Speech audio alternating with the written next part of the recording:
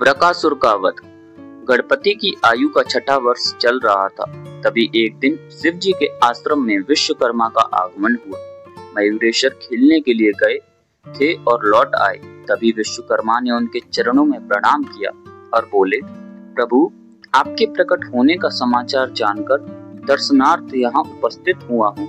गणेश बोले, बड़ी कृपा की आपने, किंतु यह तो बताइए कि मेरे लिए उपहार क्या लाए हैं। विश्वकर्मा ने विनीत भाव से उत्तर दिया, यद्यपि आप चराचर नाथ के लिए मैं क्या उपहार दे सकता हूँ, तथापि सभी शत्रुओं के संग्राम मार्थ तीक्ष्ण परशु, पाश, पद्म और अंकुश लाया हूँ जो प्रस्तुत है। वाह, कितना सुंदर उपहार है। यही तो चाहता था मैं। असुरों के उपद्रव बढ़ रहे हैं, देवगढ़ उनके भय से त्रस्त हुए छिपे हैं और रमानाथ गंडकी नगर में बंदी जैसे जीवन व्यतीत कर रहे हैं। ऐसी स्थिति में असुरों से युद्ध भी करना पड़ेगा। मयूरेश्वर ने विश्वकर्मा को समझाया। विश्वकर्मा उनकी परिक्रमा करके चले गए। गणेश जी उन दिव्यास्त्रों के चलाने का अभ्यास करने लगे। एक दिन उपकृष्ण द्वारा भेजा हुआ एक महादैत्य वहां आया, जिसका नाम वृकासुर था। उसने गणेश जी को देखते ही उन पर आक्रमण कर दिया।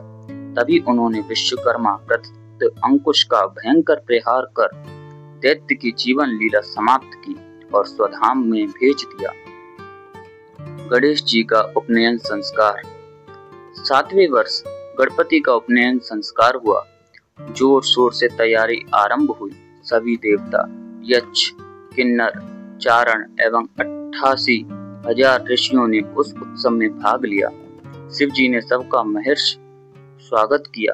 संस्कार के समय जब मुनिगण मंत्र पाठ करने लगे, तभी वहां कृतांत और काल नामक 2 भयंकर राक्षस मदमाते हाथी का रूप बनाकर आ गए। उन्होंने वहां उपद्रव आरंभ किया तो शिवगणों ने उन्हें रोका, किंतु वे शिवगणों को भी मारते मारते मंडप के निकट जा पहुंचे। उन्होंने स्तंभों में टक्कर मारकर गिराने की चेष्टा की तो भयभीत हुए मुनि कुमार, देवगण और ऋषि पत्नियों वहां से प्राण बचाकर भागे।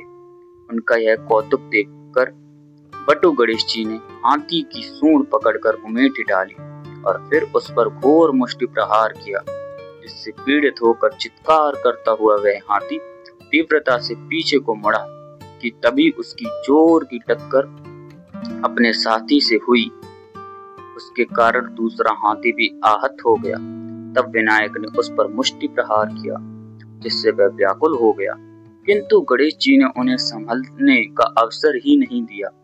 वे उन पर प्रहार करते जा रहे थे, जिससे उनके अस्थि पंजर बिखर गए और वे प्राणहीन होकर धरती पर जा गिरे। यह देखकर सब आश्वस्त हुए और बालक के पराक्रम की प्रशंसा करने लगे। उसके बाद मयूरेश्वर का विधिवत उपनयन संस्कार संपन्न हुआ। देवताओं, मुनियों आदि ने उन्हें अनेक प्रकार के अलंकार भेंट किए और फिर सब अपने अपने स्थानों को लौट गए। उसके बाद उनका वेदाध्ययन आरंभ हुआ। गणेश के मुख से होने वाला सस्वर वेदगान सभी को मुग्ध करता था। पशु पक्षी आदि भी उसे सुनकर आनंदित होते थे। राक्षस नूतन वध। उपकृष्ण ने गणेश की हत्या करने के लिए नूतन नामक एक विकराल राक्षस को आज्ञा दी। उसने त्रिसंध्या क्षेत्र में पहुंचकर अत्यंत भयंकर हिंसक पशु का रूप बनाया और जहां गणेश जी द्वारा देवगान चल रहा था, वहां पहुंचकर सिंहनाद करने लगा। उस नाद ने वातावरण को अत्यंत विक्षिप्त कर दिया, जिससे पर्वत भी कांप उठा और गुफाएं फटने लगी। राक्षस के 3 मुख, 4 कान, 4 सींग, 5 नेत्र, 2 मूंछ और 8 पांव थे।